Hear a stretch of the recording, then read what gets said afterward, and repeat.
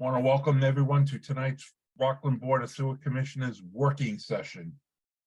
Tonight's meeting is on Zoom because of daytime conflictions.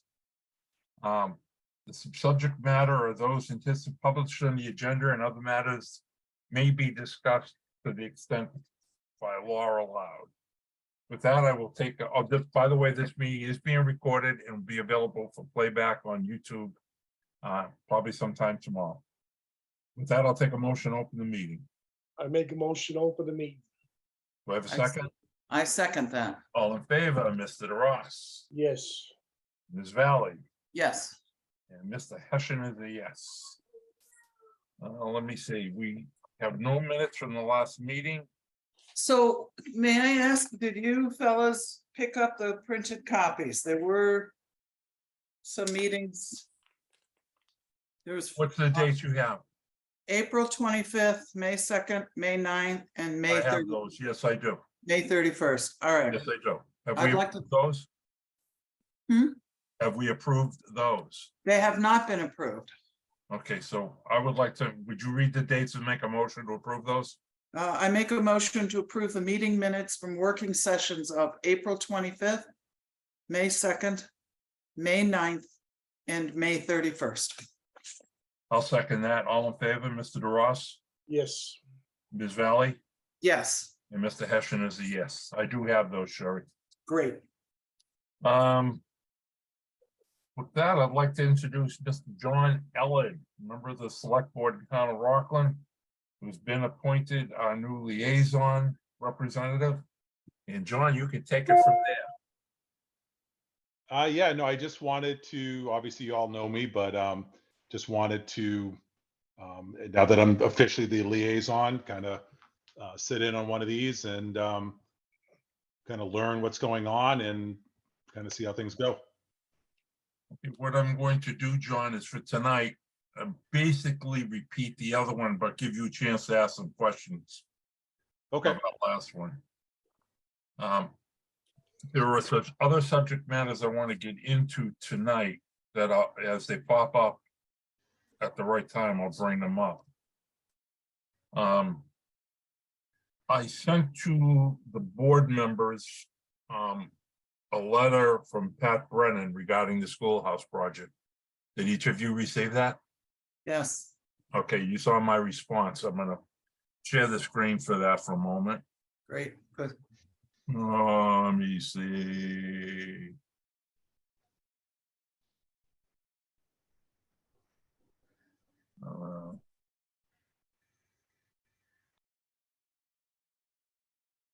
Okay, this is basically Pat's name, and to transition into from PDF to PowerPoint. As you can see here, leave some of the spell check, but you have the gist of it, and I want to make this public, which is why I'm bringing this up. It's regarding to the Holy Family School, and as you can see, I'm going to read it out loud. Deshawn asked me. Deshawn Flip is our health agent. The reason she was brought into it was the discussion of septic systems, which falls under the Board of Health. So Sean asked Pat about the septic design for the proposed schoolhouse apartments 40B. Reviewed this project for the ZBA last year and assumed it would be served by town sewer due to reduced flows with the change of use. I, being Pat Brennan, note the following. The existing school had an occupancy of 500 people based on Title V flows, and an elementary school with cafeteria, but without a gym, without showers, has a tidal flow of 8 gallons per day per person, equating to 4,000 gallons. The proposed schoolhouse apartments consists of 27 one-bedroom apartment, Title V flow, 110 per gallon per day per bedroom, or 2970. This is a reduction of flow of 1,030 gallons a day. During the ZBA process, now I want you to remember that went back probably a year or so ago. During that process, Dave Taylor and he both commented that the existing sewer line runs beneath the school building, and they both recommended that it be rerouted underneath the new building. The applicant agreed to this and is depicted on the project plans. He has sent a copy of the Title V flows for our reference. Now, as you know, the flows were never an issue. What I am going to point out, and I want everyone to be aware of, that school was decommissioned 3 or 4 years prior to us receiving the second order administrative order from the EPA. So their flows really did not affect our problem at the time. So that being said, it is still considered a new use, therefore a new connection, because it is a change of use. It's going from school to a residential. My other question I brought up with that email was that I was not under the assumption it was a 40B. I was assuming the way I understood it was strictly senior housing. Is that how, Dan, you and Sherry took it? Yes. Did you Yes. take it as a 40B, Sherry? I was not aware it was a 40B. I was not either, but this is my response to Pat. Is I want to go right. This is from me personally, that I'm before the project. I think it'd be a good thing for the town, but I want to point out some issues of concern. I think a septic system is absolutely wrong in this location, because if I'm correct, historically, there used to be a stream in this location that was filled in. So I think septic would be risky. Old maps show a stream starting at the Navy base flowing towards Reed's Pond. I am not referring to French's Stream. This was another small brook. It could be just a drain. I agree that all the schoolhouse project is a redo use. It is still technically a new connection because that change of use. Your sewer correct calculations are 100% correct, and we agree on those. Here is our problem. The school was discontinued 5 years prior to the recent administrative order and findings of a violation for flow in 2022. Our current 12-month rolling average is still at 2.66 million gallons a day with a permitted discharge of 2.50. We have not been within our daily permitted discharge since June of 2021. So the prior school flow was not part of the current flow numbers. We have approved as of 2021 5 projects. Now that was prior to our moratorium. 5 projects that will contribute approximately 28,350 gallons a day of additional flow, which again, we have not yet recorded and therefore not included in our current 30-month flow data. Our corrective action to the EPA requires us to remove 311,850 gallons per day. That's an 11-to-1 ratio for every one added, before any additional new projects technically can connect. We have just spent $850,000 to study, locate, and remove approximately 113,800 gallons a day of I&I, which John will be going into a little later. And that project from Weston Sampson was completed last week. This technically still leaves us 198,050 gallons per day left to remove to satisfy our permit, which I'm in the mindset right now, and this is open for discussion, board members, that I would suggest we ignore, but we may not be able to get away with that. But it's something I just threw to him at the spur of the moment. Now, if we did do that, and I cautioned Pat on that, that will not be overlooked by the regulators, because they have stated to us and our consulting engineers, Weston Sampson, Veolia, and Wright Pierce, that Rockland is being watched closely, and we're being watched because we did not adhere to the 2006 order. We have submitted to both the Mass DEP and the EPA our I&I control plan going out to 2038, and both agencies have approved it. Naturally, we're only going to focus on the first 5 years of that plan going out to 2028, just because that's more realistic. None of us have a crystal ball. I believe it's a sound plan. It's an achievable plan, which at the very least will demonstrate to the regulators that the Board of Sewer Commissioners and the town are committed that we will attempt to achieve compliance with our NIPD's permit. I wanted to remind Pat, remember that we were warned in writing by the Mass DEP in 1998 for flow compliance. We've been under an EPA administrative order since September of 2006. which the town and the sewer department at the time chose to ignore, and hence the reason for the 2022 more serious order and a potential fine for 2006 violations. This is not a new problem. It was just swept to the side to focus on other needs in parentheses. Here is the Board of Sewer Commissioners' current plans. We have asked and want the previously approved applicants to connect ASAP. They have all been notified that they have a year to do so, with the exception of 2 recently approved. We have another metering study project that was completed last week, and it appears to have identified a general area in town for possible additional I&I removal. We're waiting on the review of that data and the final report, which is due August 23rd. Once we have that final summary, which I'm assuming will be, once we have that final summary, I'm going to propose that we go out for a SSES scope, which hopefully we'll have written and ready to go out by the 23rd of September. Now that scope of work, again, that metering only identified a general area in town. Rockland still, or the Rockland Sewer Department still has to go into that general area and identify cost-efficient or cost-effective areas that are areas we can remove for I&I. So I have a question. Shoot. Talking about that SSES study, isn't our annual control plan for year 2 the same thing? Yes, that's what I'm going to get into. But Okay. I wanted Pat to understand it. Yeah, I'm sure he didn't see it. Thank you. Now, at this point, once we have the data and we have the general areas identified, now that work probably can't begin till November. And this is all weather permitting, because again, it's going to be in the wet period. It's going to be in the higher flow areas.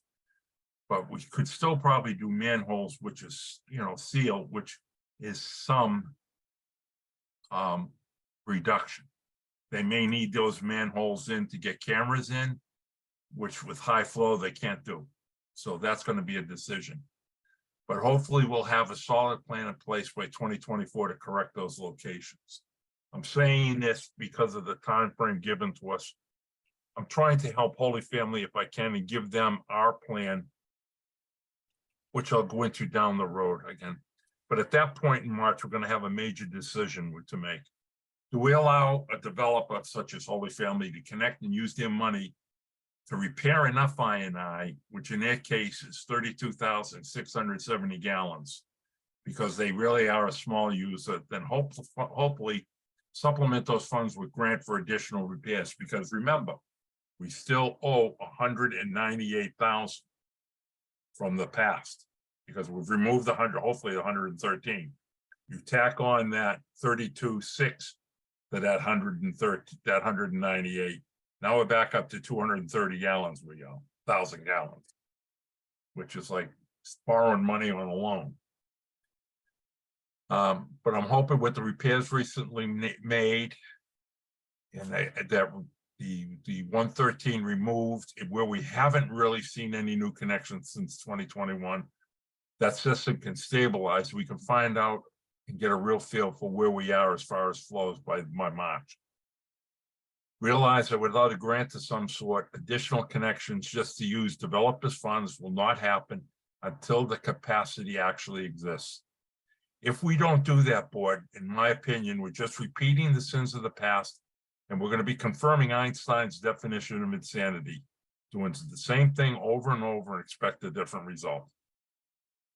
We don't have a starting point right now. As you may or may not know, we have a strict EPA Administrative Board of Compliance date of April 2025 to install and have operational $15 million phosphorus treatment system. That date's going to force us to request, in my words, beg the EPA for a concession to extend that date, which I've already indicated verbally they're not keen on doing, but we're going to cross that bridge when we come to it. So hopefully, I'm saying this to Pat, he can understand why I don't want to push my luck on asking for more concessions, messing around with the problem that got us here in the first place, flows. because I'm telling you, that could get us in a real problem. Rockland has blindly added developments without addressing the I&I with any seriousness. This Board of Sewer Commissioners does not take this lightly. The sewer department needs revenue, but there are two things that the town, the sewer department, the residents and developers can't ignore. They must realize that I&I is never, ever going away. And with 55 miles of vitrified clay piping, which we have, and the big one, the current numbers, the data doesn't lie. The facility is at its maximum capacity right now. Past history and 30 months of flow data prove that. The EPA has told the town exactly that in May of 2022. They're not stupid, nor are they forgetful. They told us to our face, we are over capacity. We do not just have an I&I problem. Now, again, this is to Pat. As an engineer, you realize with a system such as sewer, you need some room for capacity for flooding major rain events. We currently don't have that luxury.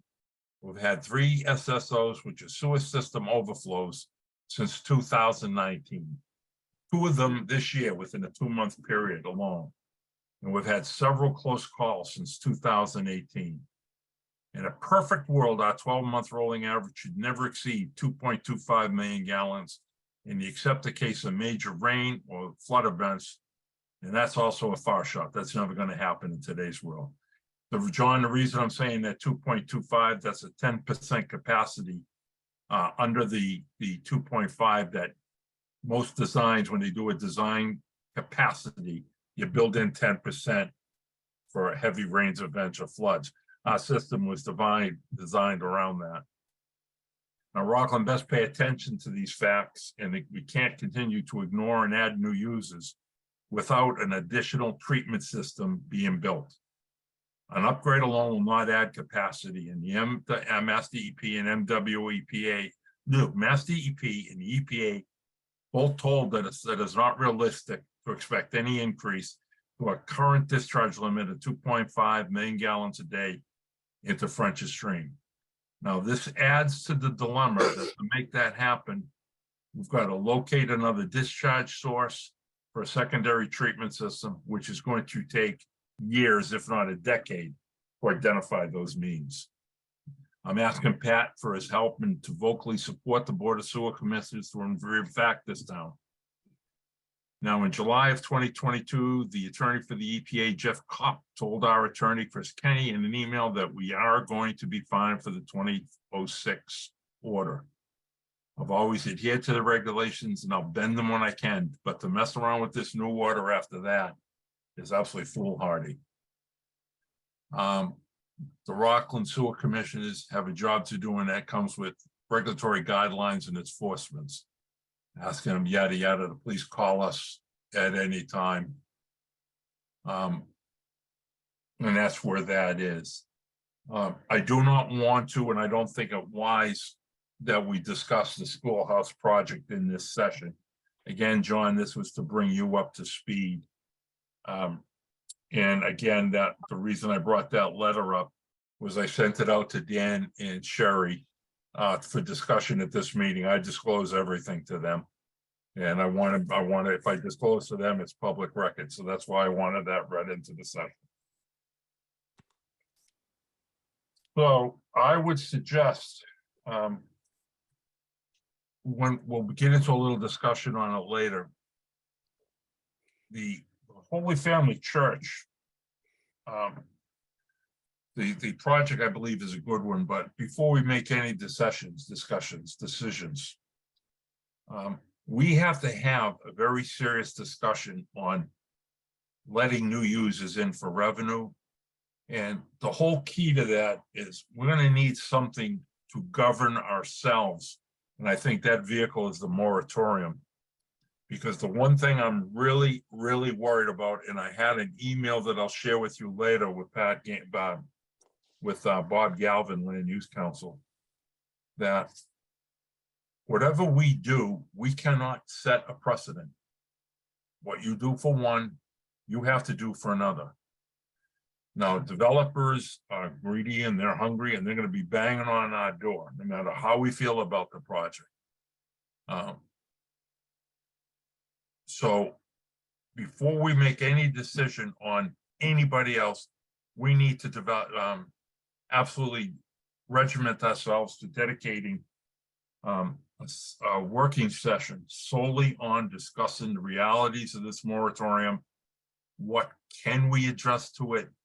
Do we set an X amount, for example, say modify it, but we're going to set X amount of bedrooms a year, but we have to do that around existing revenue or revenue sources, because we should not be allowing developers in unless the capacity exists and using their funds to remove what they're putting into the system and hopefully a little more. That's the way we've built that funding. So Chuck, I've been looking at the moratorium, and within that was a suggestion for an available sewer flow account. Right. And I think we can use that. I've been playing around with some numbers, and it's a possibility, and I'd like to bring it up for discussion. Oh, absolutely. And in so you full. know what my mindset was when I wrote that moratorium. It was prior to Dan coming on. And that moratorium was written because I knew we were going to get that hit Oh, with we that had- EPA. We And had I to do wanted to at something. least have something to show that we were being proactive before they issued it to us. So we haven't received any notification for requests, but I know how the EPA works, that once we had that 2006 order, this is just for you, Sherry. yeah, The EPA is going to let you go right along in your merry way. Now, once that thing is over, or your permit expires, they're going to look at, that's when they review it. And the first thing they do, by regulation, compliance has to look at it. And they look at all your history, and that's when they sum up the non-compliance. So I knew they were going to kill us, and they didn't let me down. I have some rough ideas, and I'm Yeah, sure. but like I said, I want to table that discussion for a full moratorium discussion, because we can get off the beaten path on that tonight. Good. I just want you to know that I have an Okay. idea that might allow us to open up for new building Oh, it and will. That's still why I built that maintain- available fund. That's and why I still put that in. maintain getting our I&I resolved. Yep, do I want to go into? No, hold off on something here, but it's share another one. Okay, I want to go into some project management now. John, again, this is for you.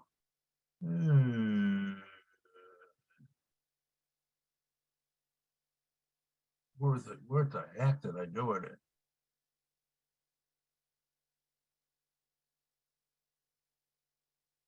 Oh, I lost it.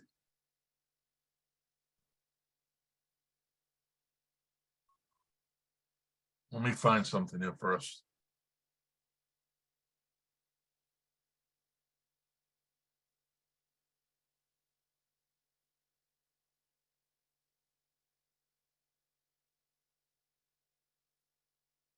Here we go.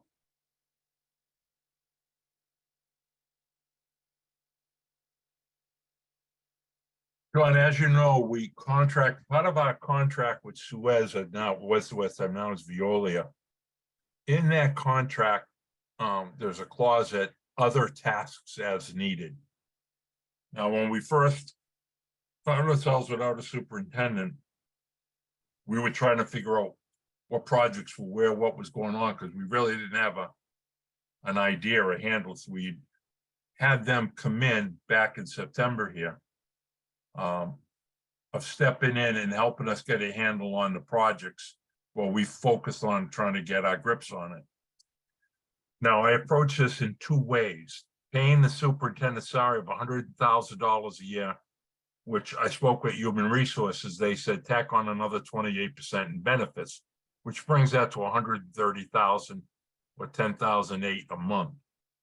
I also wanted to look at it $100,000 a year without the benefits, or roughly $833 a month. So this is strictly, we had them doing superintendent activities really at the time, other than at what we knew. Now you look at September, October, November are up around the $4,000, $5,000 a month. These were abnormally because we had the administrative order in hand, and their first report was due November 30th. So we had a ton of data going back to, they were looking for going back to 2020 that we had to compile for that report.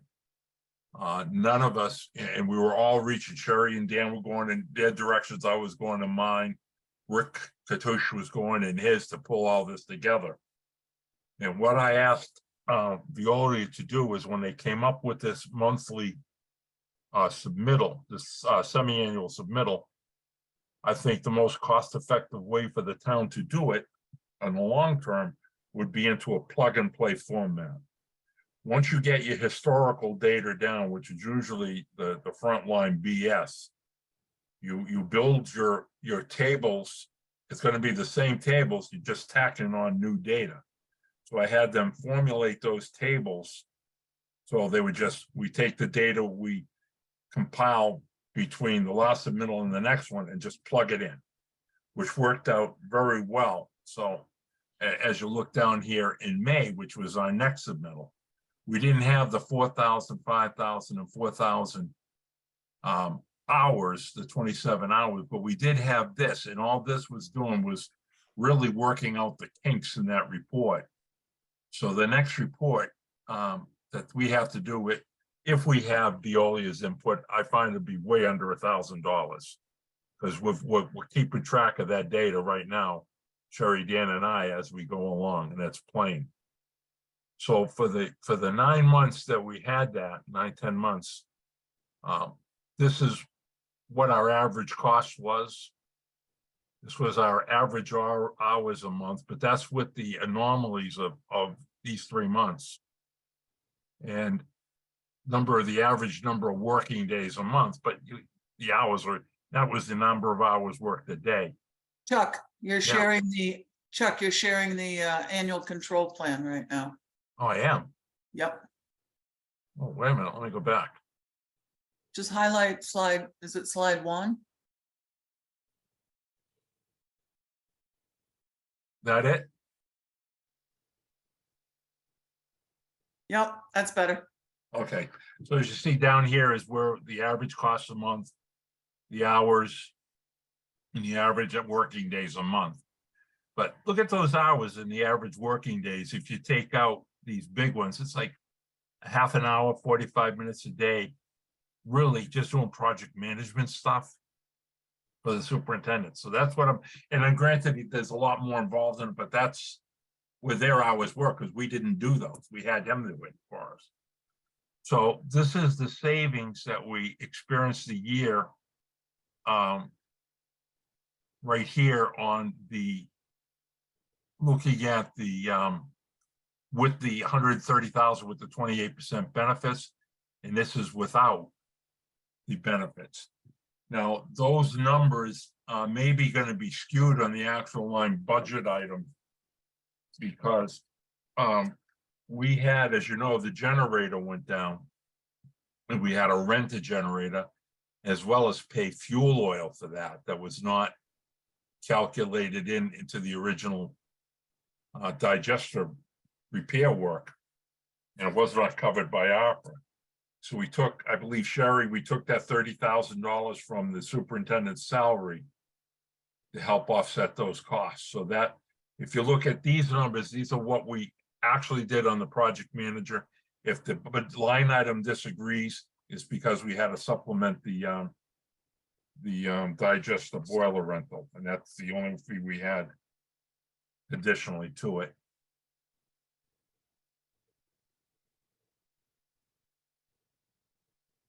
Any questions on that, John? Nope, I'm just trying to follow it, but no. Well, I'll get you a copy of it, so you'll have copies of it all. Okay. Okay, next on the share screen should be the generator. The generator, where am I here? Okay. The generator, we're looking to secure the purchasing of the generator through a nationally recognized program. I forget, Sherry, do you recall the name of it offhand?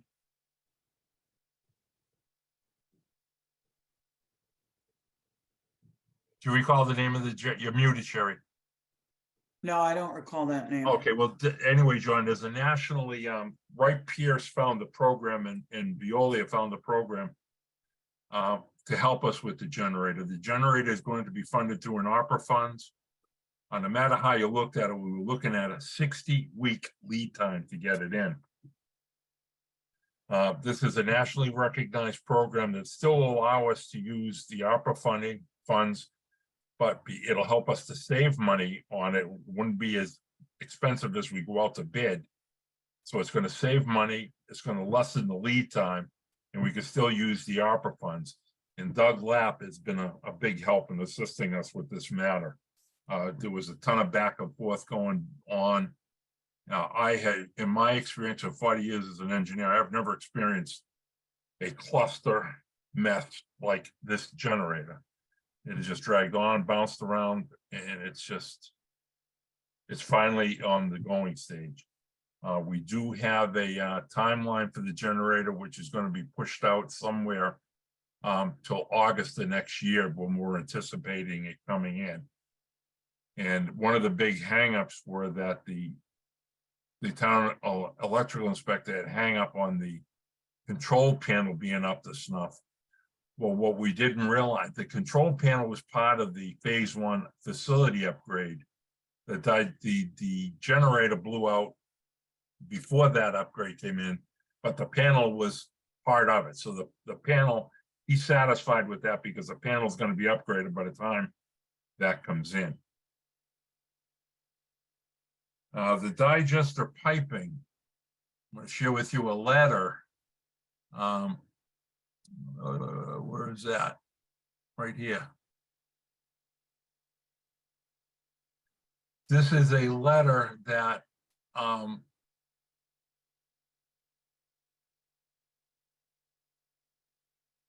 I asked I asked Chris Kenny to draft the Mr.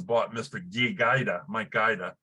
He is on the State Board of Consultants. John, so you understand the digester piping, we went out to bid for that under ARPA and we were rushed. The state had given us at the time an April 5th deadline to have that piping completed. They didn't give us that deadline until we found out about the digester project and all the problems that were involved in it. That was going back to September. By the time we found out about we had the digester almost done, we found out the piping itself wasn't compliant. So to comply with that digester bid and satisfy the ARPA funds, we went out to bid hastily, but in there we put in a deadline that the bidders had to meet the April 5th, which was unrealistic. And I think that scared away anyone from bidding on the project, in my opinion. The prices came in, there were 3 options we asked to be bid on. They came in at $511,000, $495,000, and $474,000. ARPA gave us, what, Sherry, $350,000? Yeah. Gave us $350,000. And I think, number one, that time frame wouldn't have even been sufficient to get the materials. The piping, the state is requiring stainless, which has got with the COVID, has got a humongous lead time on it. So what I asked Chris to do was with me negotiate with the state. And I told him before we went in on it, that I wanted to be ridiculous and ask for a 2-year extension and hopefully get a 1-year extension out of it. Well, Chris had further conversations with the state. I'm going to publish this letter so everyone sees it. Chris had further conversations with the state, and I think we're going to get the 2-year extension. So right now we're waiting to hear from that. Once we hear on their decision, the intention is to go out to bid quickly We have to spend that opera funds or commit to it by what, December of next year, Sherry? They have to be committed by December of 2024. So we're gonna We have- easily make that deadline. But these are things we didn't know prior till September that the board was being made aware of after the fact, that what we found ourselves in. And it would lead us to getting us tied up in a lot of yuck. So I think I'm pretty confident we're gonna get that extension, which is gonna work out well. Now, this is the big one I think everyone's been waiting for, and that's the I&I rehab work. Where is that? Let me find that, because that's a good one. That's all positive stuff.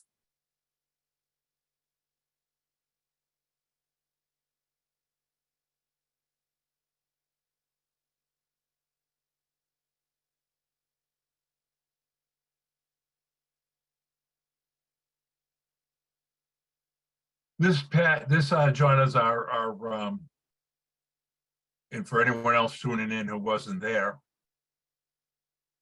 this was the I&I project that Not showing, Huh? not showing. Okay, wait a minute. Okay, I know what I gotta do. Yeah. Share screen. And just a correction on those generator funds. We asked for 350. We may have more available. Yeah.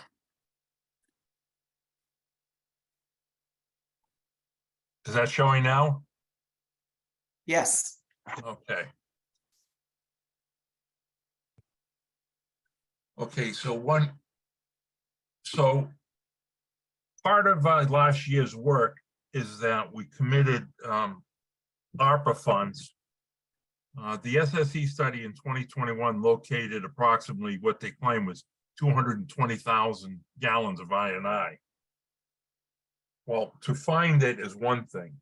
Is it cost effective to remove? And there's a lot of things that go into cost effectiveness, and that's is it number one, is it worth it? Is it in a location that's amenable to rehab?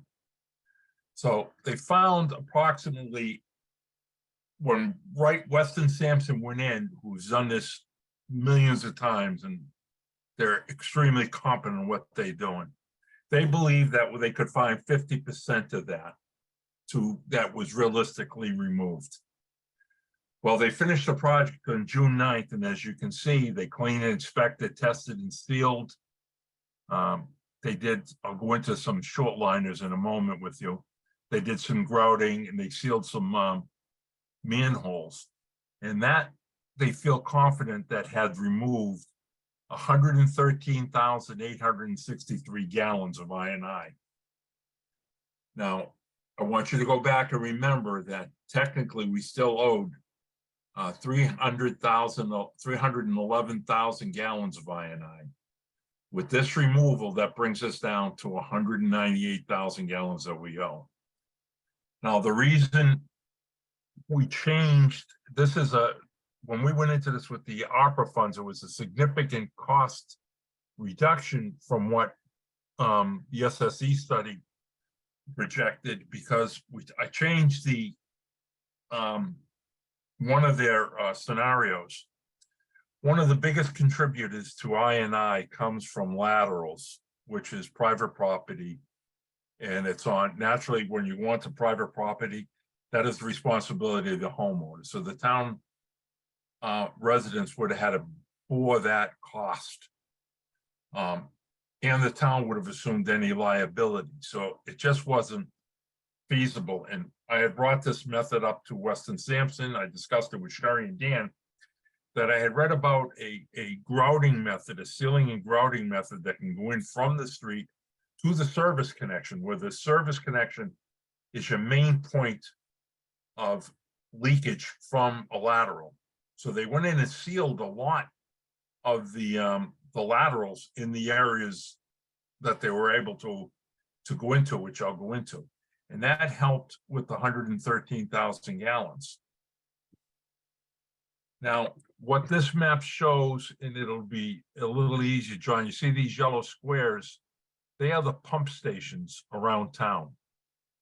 We have 13 pump stations, and that's what they focused on. As you can see, this area in green, which will be better shown on the later one, that was the area for the metering study, which was another project. Now, the metering project, the repair work was done. We removed 113,000 gallons. The metering project was actually a 2024 project that we pulled in. It was consisted of installing 15 meters around town, 3 groundwater gauges, which would correlate with the National Weather Survey Group, and rain gauges that were installed on or about this date here, April 24th of 23.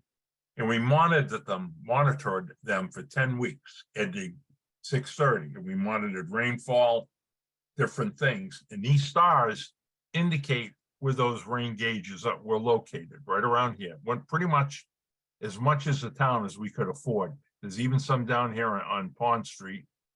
But you can see from those stars, we covered a good deal of the town. And we accumulated, Western Sampson has accumulated a lot of data.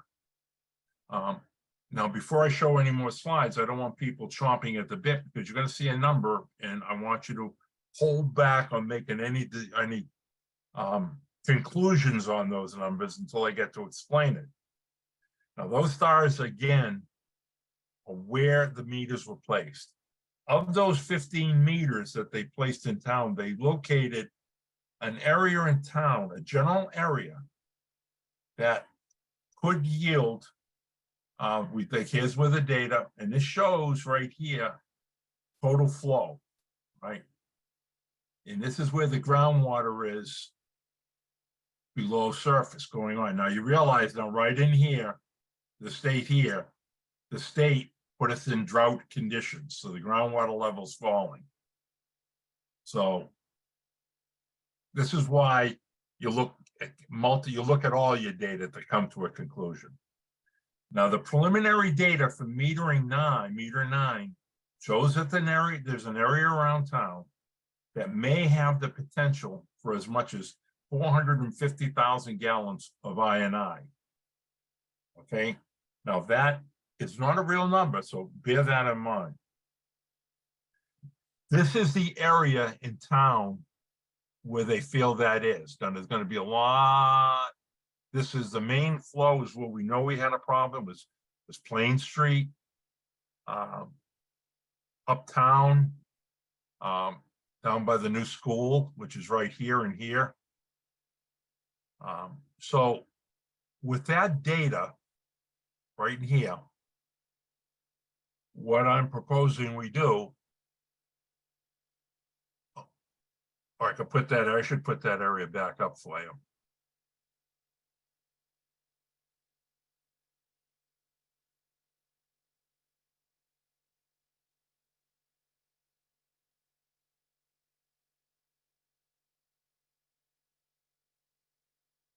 Oh, I blew it. Well, anyway, with that, let me get back to it. With that area that they've identified of a potential 450,000 gallons, what I am proposing is this. We have a very firm INI control plan, and I think I want to put that up as we talk about that.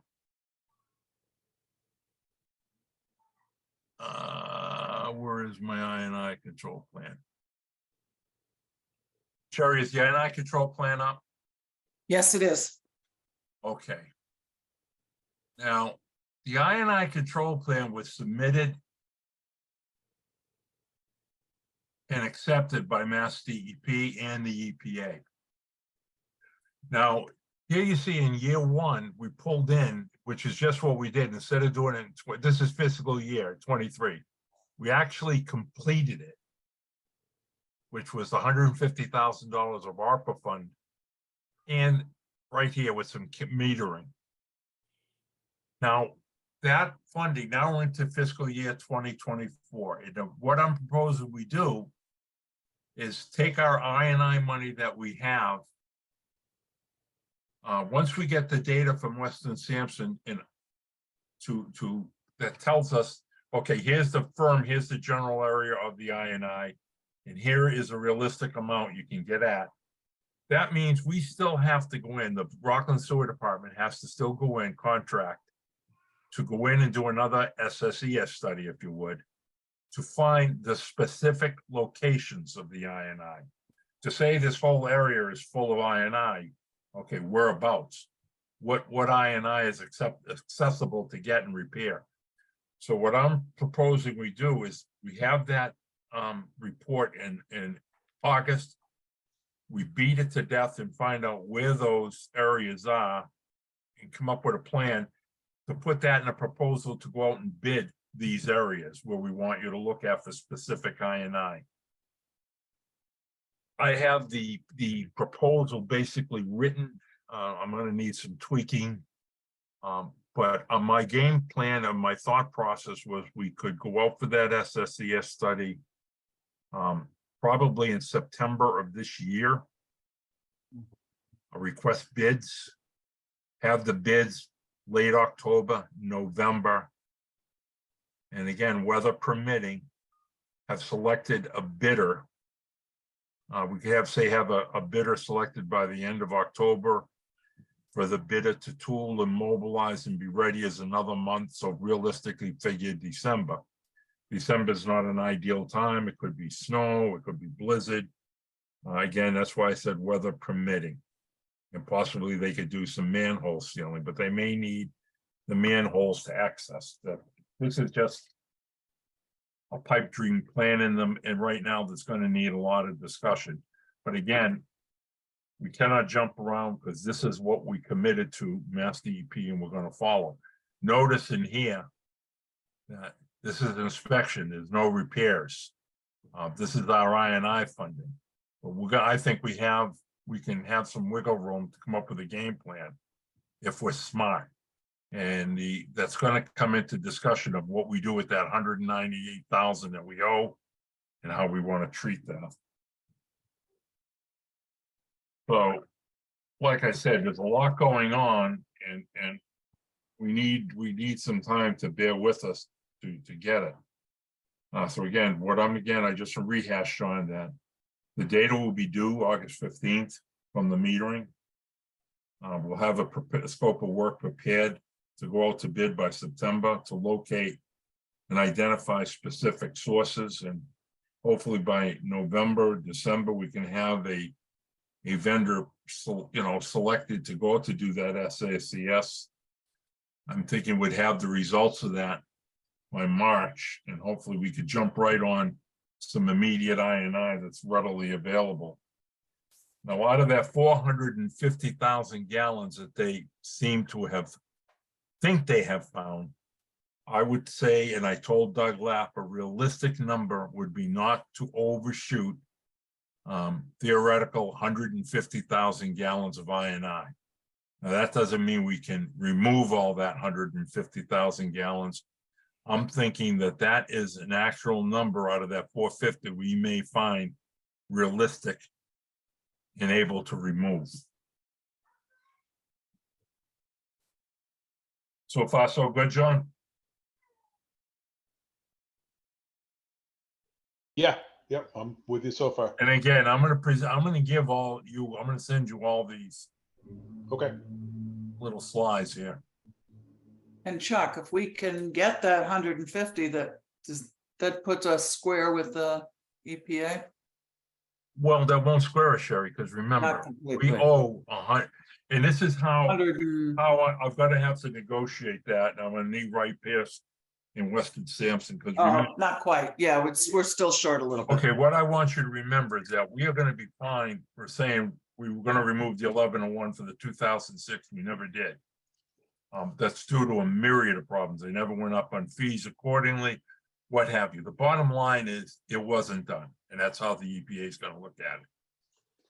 Now, we put a moratorium in place that we're going to do certain things, and remember, at that time, we were looking at just 67,000 gallons. No one back in last June could predict the rain we had back in December, November, January to force the SSOs. And that's what I was trying to get through to some of the members of the Board of Selectmen that you can't predict the future. So we are still somehow gonna owe 198,000 gallons of I&I before we let any more out. That's 198,000 is just to satisfy what we have approved right now. My pitch to the EPA is gonna say, look, we are demonstrating our due diligence. We are doing everything humanly possible we can to stay on top of this or catch up, but we need the revenue to do so. Now, here's way may apply to someone such as a Holy Family Church, that we're gonna say, well, we need their revenue to remove any kind. Yeah, we owe 198,000 gallons. We have this developer who only needs 132. The fees that we have assessed will more than remove the 100 and the 32,000 they need. It may even be as much as 100. But that, I'm bowing on their good faith in me and in us that we've demonstrated we're doing what we say we're doing. That is going to come into some negotiation with them, which I don't want to cross right now, because again, we're going to be cashing in our favors with the nitrogen, with the phosphorus. We have a date of April 25th of 2025 to have that physically up and operational. Personally, my feeling is we don't stand a snowball's chance in hell in doing that. So we're going to have to go to them and ask for a concession on one of their biggest items. And they've already basically explained they're not keen on giving us that extension. So that's why I was pushing to get that 2 million approved, to get the planning in stage, and at least show them, say, look, we're trying. I've got the blue pins drawn. I may not be able at the construction set, but we're ready to go. So maybe they'll tack on another year. I think they may give us a year on the phosphorus. They will not give us 2 years. So that's why I pushed to get that done.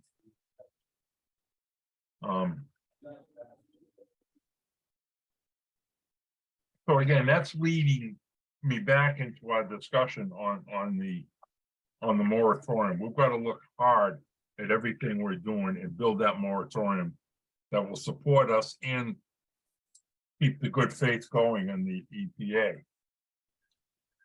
Now, with that said, I want to also share some numbers with you on flow, where we are on that.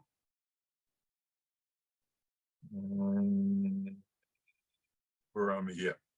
Excuse me. Let me get this up.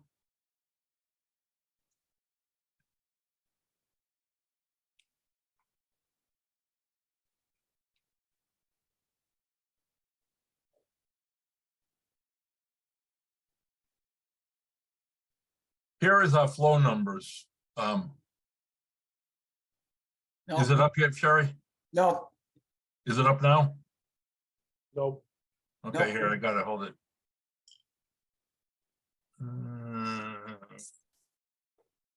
Here's our flow numbers, where we stand today, John.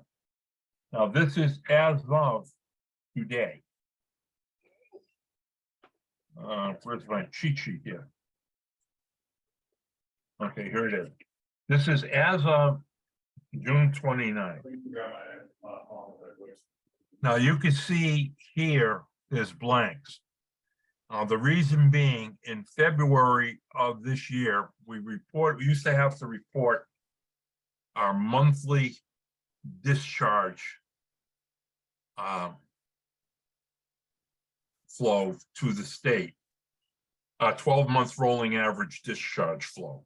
That was to the state NIPD's permit. We now have to report only our monthly flow. However, when you look at the 12-month rolling average, that is in actuality, and that's this column here. That is in actuality, your 12-month, that's really what your daily flow is, because with rain, snow melt, flooding, the overall groundwater conditions are going to fluctuate. They're going to go up, down, and you cannot make decisions, sound, intelligent engineering decisions on fluctuations like that. The EPA and the regulators look at that 12-month when they assess what is your real capacity. Well, they're not going to say in a drought condition, oh, there's your capacity, when you've got 6 months of data that's blowing that out of the wall. So they're going to look at you. What is your rolling average? What is your average flow? And our average flow today is 2.66 million gallons. That's what we are processing on a daily basis today. Now, just to show you, with the rain we've had the past 2 or 3 days, our flow hit 2.7. Now, that's going to blow this 2.4 number up in May. That's going to blow that up over 2.5. So we're going to be out of compliance again. And I want to remind everyone, Rockland has been out of compliance flow-wise over the last 30 months. So in a perfect world, we should never exceed 2.25. That gives you 10% to account for rain, snow, and all that. But that's out the window with the state we're in at development. Rockland needs another facility. There's no ifs, ands, or buts about it. And I'm going to say it one more time. To repair this facility is not going to give us additional capacity. Now, John, you remember why you and I had the discussion? Well, no one could understand why we went up from 50 million to 80 million to 60 million. Well, I was trying to plan out what this facility overall is going to cost. Now, phosphorus was one item when we got hit with that order. We didn't know, or when we did the 2021 facility assessment, we didn't know we'd have to do that. Okay, on top of that 15 million, on top of that 49.1 million, there's another 15 million that went into the phosphorus. So that brought the cost up to 65 million. Now we had to project with COVID increases, shortage of materials, of what this facility is going to cost us in 15 years, is where I came up with the $80 million, because you have to project cost of living, the whole 9 yards. And I hate to beat a dead horse, but again, I want to key in that phosphorus was not part of that condition. We didn't know. Well, there's a couple other items that were contained in that let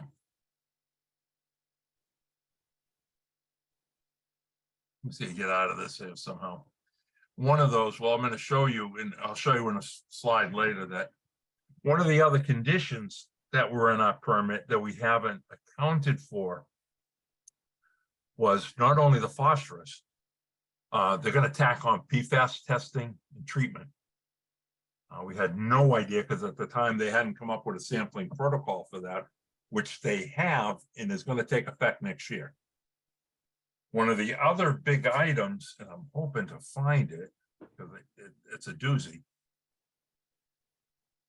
Well, it's not what I wanted to share.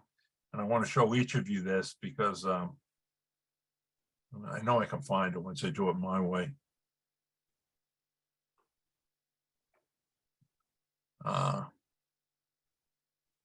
This was in the Herald the other day.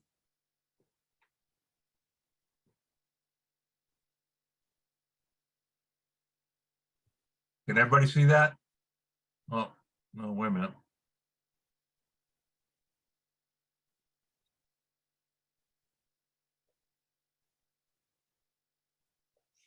Can everybody see this? Oh. Damn you, Charlie. Hold it. I'm going to get it if it kills me.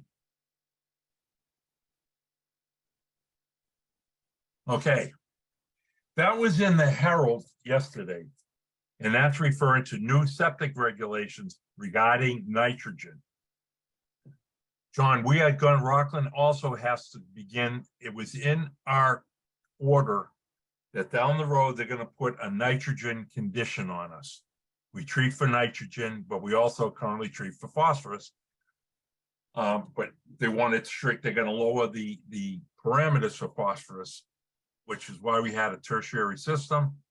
And there's a strong likelihood we're going to have to add a tertiary system for nitrogen, which is not in that facility upgrade budget.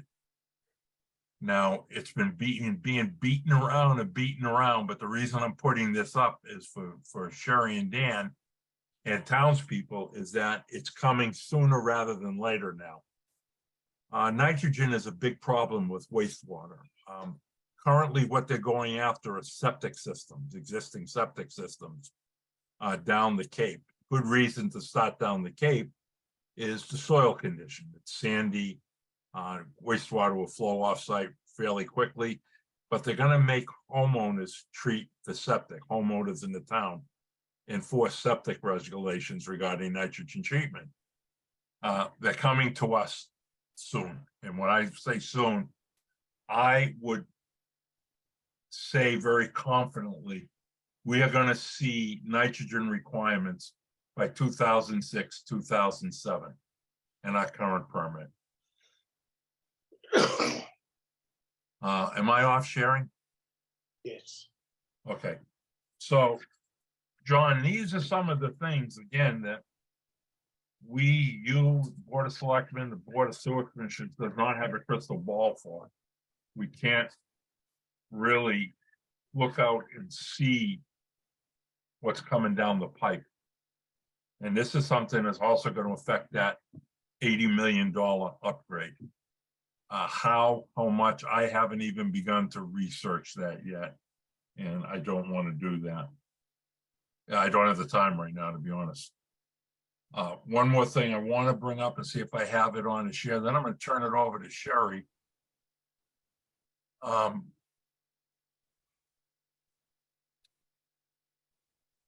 And that is on a facility upgrade. The facility upgrade is underway.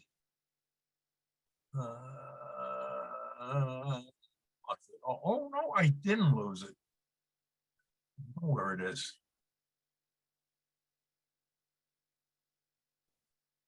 I want to share screen, and it's not here. Okay, anyway, this facility, I'm going to read it to you. On June of 23, this is the update. The site investigation for the facility plan in the contract with Veolia is complete. That means what they've done is when they went out and they marked out the wetlands, we're not going to be able to expand beyond our footprint at the site. Again, this is a facility upgrade. The wetlands and protected areas is going to be prohibitive. So they were supposed to do the survey work today. I don't know if they got through that because of all the water we've had in the wetlands. But in June, the site investigation will be done. The survey will be done. And we're in the plan. We're in the process now. We're coming up with a timeline of the upgrade itself. I've asked for a meeting of the core team, which is going to be sometime the week of July 18th. That core team consists of myself, Rick Katouche, Matt Johnson of Veolia, Kevin Olson of Wright Pierce, Chris Pierce of Wright Pierce, and I'm going to ask Jess Richards to sit in on this one to give the core team a general update. Sherry's handling the funding for that, but if her and I sit at the same meeting, it's a violation of open meeting law. And what we're trying to do with the core team is just banter about ideas before we present it to the public, to the Board of Selectmen. So we got the survey, okay, geotech investigation and field work was planned for that. We have the first contract. We broke the upgrade into 4 contracts. Phase 1 is the phosphorus upgrade. And I don't want to go beyond the phosphorus upgrade because, to be honest, I can't remember.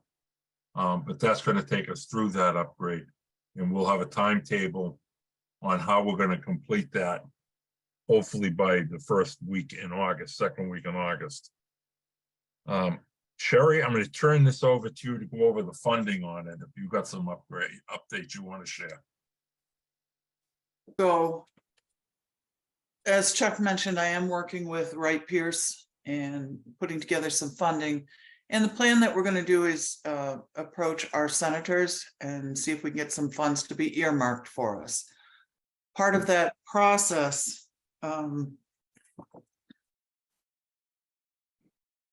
is we have to submit the project evaluation forms. Those are due in August.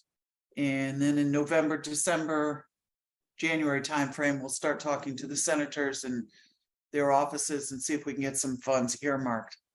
Part of that process is the sewer department is going to be looking for some letters of support from our town and local community groups.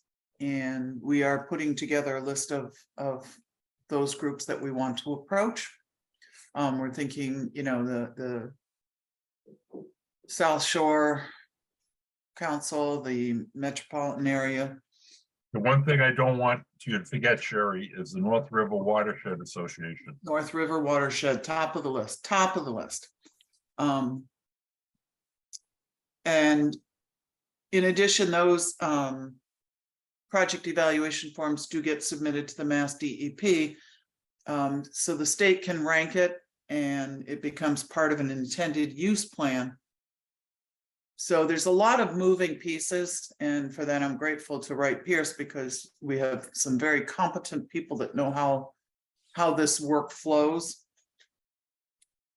And they've had a lot of experience doing grants and funding, all that, and they have a lot of connections within the state and the federal government that they're going to exploit us. And John, we have a schedule, a rough schedule that we'll be glad to share with you. Sherry, you all set? Are you going to go on? Or? Yep, no, I'm all set. I was just part of gonna that, touch. what I wanted to update Sherry on when you were talking about your funding. As we said, there's a lot of moving parts to that. There's going to be schedule I'll give you. Part of what I mentioned earlier is that Doug Lapp has been a huge help. I informed via email Sherry and Dan that I was going to have a one-on-one with Doug Lapp, which took place yesterday. Doug has been a great help. We got off on a bad foot to start with. But I thought, in fairness to him as the town administrator, I wanted to give him an update on all our projects where we were. So he understood. I think he was very appreciative of it. And he sent me a very nice email that I'd like to read into the record, which I'm going to give to the record. Hello, Chuck. Thanks for giving me the sewer update this morning. It was very helpful for me to learn that you've made a lot of progress closing the gap with I&I, and that you think you're close to being able to allow some development with the associated developer impact fee payments that will allow you to make additional I&I progress. He understood that's not immediate, but he knows we have a sound plan in place. I asked him to mention this to Bob Galvin because Bob, I bounced some ideas off his head as land use counsel, and I had concerns, and he helped me out with. He says, I'm going to mention this to Bob Galvin to make sure he helps you address your concerns about not setting a dangerous precedent that will open the floodgates for larger developments that we cannot accommodate. I also like your plan to focus on the area around Plain Street with the roughly 450 gallons of I&I that's been roughly identified as coming from that area.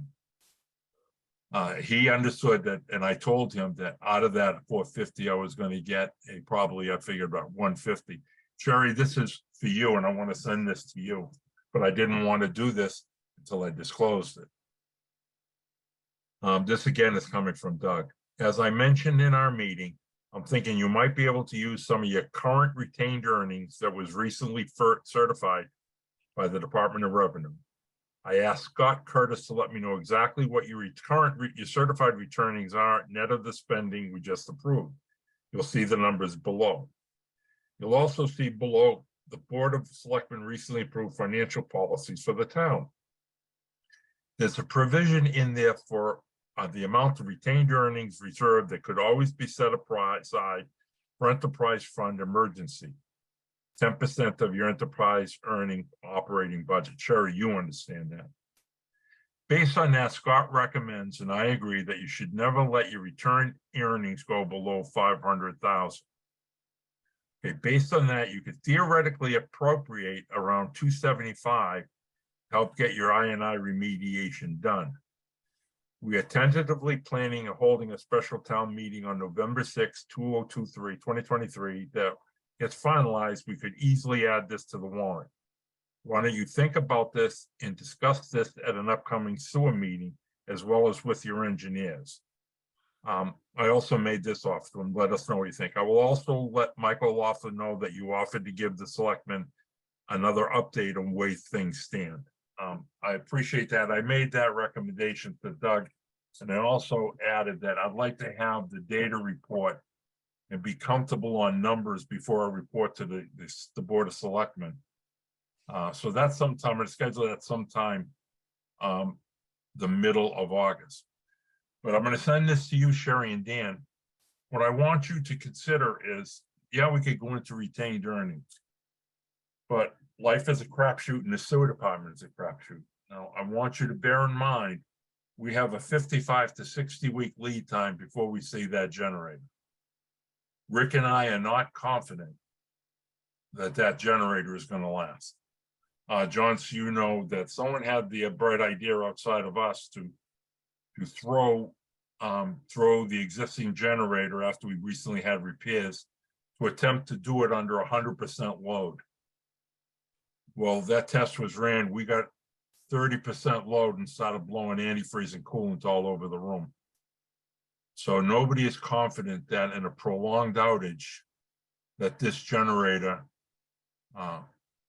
would operate, would have to go back to a rental, which means if it's in the winter, go back to rent, also oil. And that was I want to put in the vicinity that ran us along, renting the generator and the oil. Sherry, you know better than I, put us in the vicinity of close to $75,000 to $80,000. So what I'm going to caution the board on, and what I would like to have as part of our discussion we have in that retained earnings, we're going to need a slush fund to cover that generator. I&I removal would be great, but that I&I is one thing, but that generator is a reality. And I think we need to have discussions on that. So I'm going to send this email out to both of you. So you see it. Sure, there's some good information in there for you to look at. You can come back to us with your opinions. But I want you to be cognizant of the fact that it's great we're making a headway on I&I. I don't want to go blindly into it because I don't want to leave us open for a broadside from the EPA. So again, I want to table the moratorium for discussion at our next working session. Sherry, if that ends with you, I have one more thing I want to bring up that was on the agenda that I skipped over. And that was the item I think we all overlooked at our last working session on the fees, on the current fees. Now, when we proposed those fees, I wanted the $20 a gallon to apply to everything, even 440 or under. Mhm. On the schedule that I have handed out to me that came through Robinson, the following fees will apply to all projects greater than 440. I want all projects to pay for that $20 maintenance fee, even if they're under, because that $20 maintenance fee will cover the I&I for those small users. So what I propose is 400, anything under 4 bedrooms will still see that $20 a gallon. And anything over that 440 is when we'll tack in that 11:1 ratio. Chuck, I think, yeah, I think she flipped those in error. It should have Okay. been the Well, I other just way. want to make sure that's corrected, that we're all on tune with that. I will contact her tomorrow. Okay, well, she won't be in tomorrow. She won't be in till Wednesday. Okay, okay. Now, with that said, I also would like to ask the two of you to get down to the plant tomorrow. there's some paperwork that needs to be signed. One is the final bill from Weston Sampson on the Green Mountain work. The reason I'm saying it, if we can get down tomorrow or Wednesday morning, because I'd like to get that in on the warrant Wednesday. So Robin's not chasing that. Yep. And I think John, so you know as well, and Sherry could bring you up to speed. Sherry, why don't you pull him in on the assistant administrator? Assistant, yeah, wait a So minute, we- the assistant, administrative assistant. So we did put an ad out for an assistant to Robin, and we were able to hire Bobby Jo Ekstrom, and she is going to be starting the week of July 10th. It is part-time, but it will help Robin because obviously her workload is increased. And it will also provide some backup for that position so that hopefully we'll have somebody around all the time. So And we're very tell us the excited beauty about that. Robin, though, about What? Bobby Joe. Tell him Bobby Joe is gonna need minimal training. Very minimal. She is coming to us from the water department. So she has a really total understanding of how the town finances work and, you know, handling payments and so forth, which is what we'll be asking of her. Well, that's about doing it for John tonight, John. What I wanted to do is bring you up to speed firsthand. You said one of your goals was to see that the two boards communicated, and I think that's taken place. And I think I speak for all of us that a lot of the negativism that was thrown was unjustified, but that's in the past. No one really had a handle, including us, and all the irons that were in the fire that needed to be addressed. I think this board has done an outstanding job as far as wrapping their hands around the item and coming up with a real workable game plan for the town to achieve compliance. It's going to, and I think that communication is there. Again, I reached out to Doug. That was my asking Doug for that meeting. Some people may object to that, saying it was a closed-door meeting. I felt that it was necessary, and as chair, I'm going to take that luxury when I deem fit. Doug has been a huge help, and there's a lot of I'm looking at the digester piping, the digester boiler, just a lot of the things that we needed help on as far as purchasing. People are going to say, you know what, that's his job as chief procurement officer. Well, that's also our job that as sewer commissioners, but we're not chapter 30 certified, and hopefully someday we'll get there. But this board is clicking, this board is working. If I do say so myself, I think better than any other board in this town as far as communication. I think the communication is there now with the Board of Selectmen. I just don't see the need to work with them every week. They see our working sessions, which are totally open, and there is nothing that we discuss amongst ourselves that are not on that working session. And I think if they follow that, if you follow those, it's a good background to where we're going and the things we're dealing with. And again, I think all the metering, the I&I work and the metering project were both positives and had a lot of positive results. I want to bring that to the Board of Selectmen, but I think the time to do that is when I and the other members of the board have an opportunity to really digest those numbers. I mean, Dan and Sherry have come a long way technically as far as understanding what the numbers mean and what they affect. And it's just not looking at dollars and cents. I&I there's a lot into it. It's an engineering science. And they've come a long way as understanding that. And, you know, I think you understand that because it's all new to you as well. But I think we're doing our best to explain that not only to the Board of Selectmen, but to the residents. And hopefully the residents, if they have any objection, they'll speak up. I mean, Facebook is not the place to do it. An open public session is. As another mention of open public session, I disclosed to Sherry and Dan an email prior to this meeting and I want to do that in open session, that Irish Robin sent the board members a number of emails regarding the Navy base, the South Weymouth Naval Air Station, SWNAS, discussions that took place early 2022, maybe as late as 2021, regarding sewer and sewer use and sewer connections that we were not privy to. We were just made aware of those by those emails. I think when we got them, when we get them, I got mine Tuesday of this week. No, excuse me, today's Tuesday.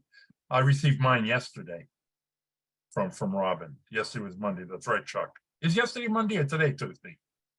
Today's Thursday. So I got mine Monday. I'm in a time lapse here. So with that, you'll both see the gentleman that sent them was Tony Omobino or Omobani or whatever. I'm sorry, Tony, if I mispronounced your name if you're watching. I sent him a letter. An email which I'd like to read if I can find it. Hold on with me, people.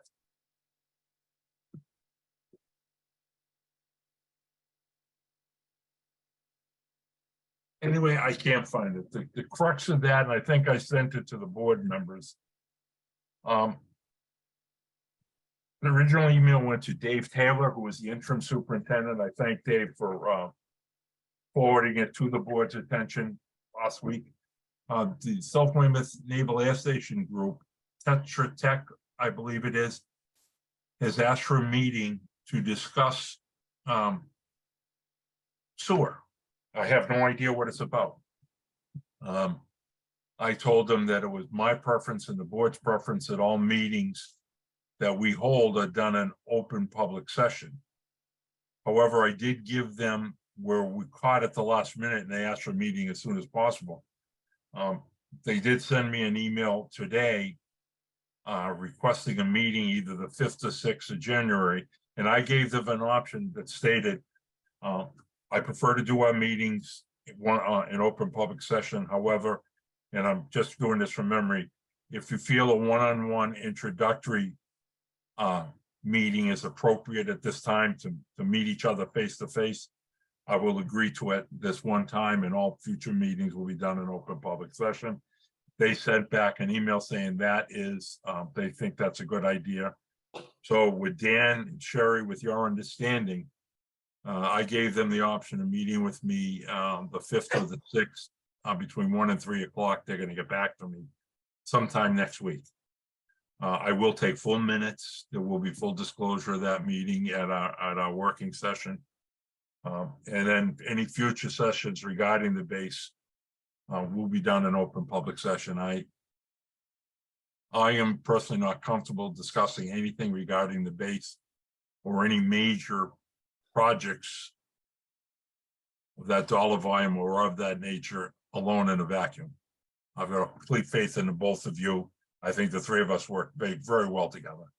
So with your approval, I'd like the board's approval to meet with the South Weymouth Naval Air Station and Tetra Tech for an introductory meeting next Tuesday or Wednesday, next Wednesday or Thursday. You need a motion? Yes. Motion for chairman to meet with the Union Point Board one-on-one I'll second it.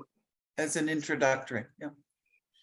I am going to call for the vote, but I'm going to abstain. All in favor, Mr. DeRoss, Yes.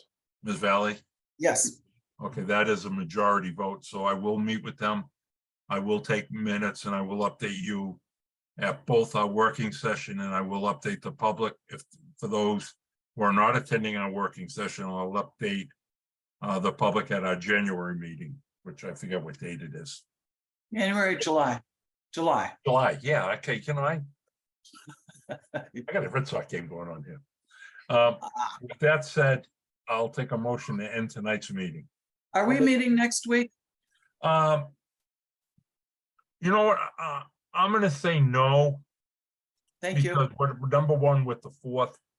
It'll give me time to get my notes together with the Naval Air Station, and I think the big thing I'd like to get ready for is discussions on that retained earnings You can tell us the timetable when those decisions need to be made. But Yeah. again, my fear is rushing into a decision on I until we have a good feel of the generator. And but I would love to get another group, another bash at the I. But again, I'll have a better feel myself for the data, and I'll be able to update you on that. Yeah, But let's not I'd like meet to next skip week. next. Let's not meet next week with the holiday. Let's all, I think for the town, whoever watches this later, and I'm not blowing a horn, we have been meeting faithfully once a week, so a lot of times twice a week, with monthly meetings 3 times a week, a lot since the end of August, middle of August. So I think we've got a handle on what we're doing. I, for one, am comfortable, and as things come up, I will call for a meeting as necessary in a working session, just so we're up to date immediately and not waiting on end of month stuff. Yeah. So with that, we'll take next week off, and I'll publish an agenda for our next working session. So with that, can I have a motion to end tonight's meeting? I'll make the motion. I'll second the motion. All in favor, Mr. Ross, Yes. Ms. Valley, Yes, and Mr. Hessian say yes. John, welcome aboard. Anything you need, you give me a call. Feel free, as far as budgetary, call Sherry. As far as day-to-day, call Dan and I, and we'll take her from there. All right, sounds like a plan. Thank you. Okay, everyone, good night. Sherry, Dan, thank you again for everything. Have a good 4th.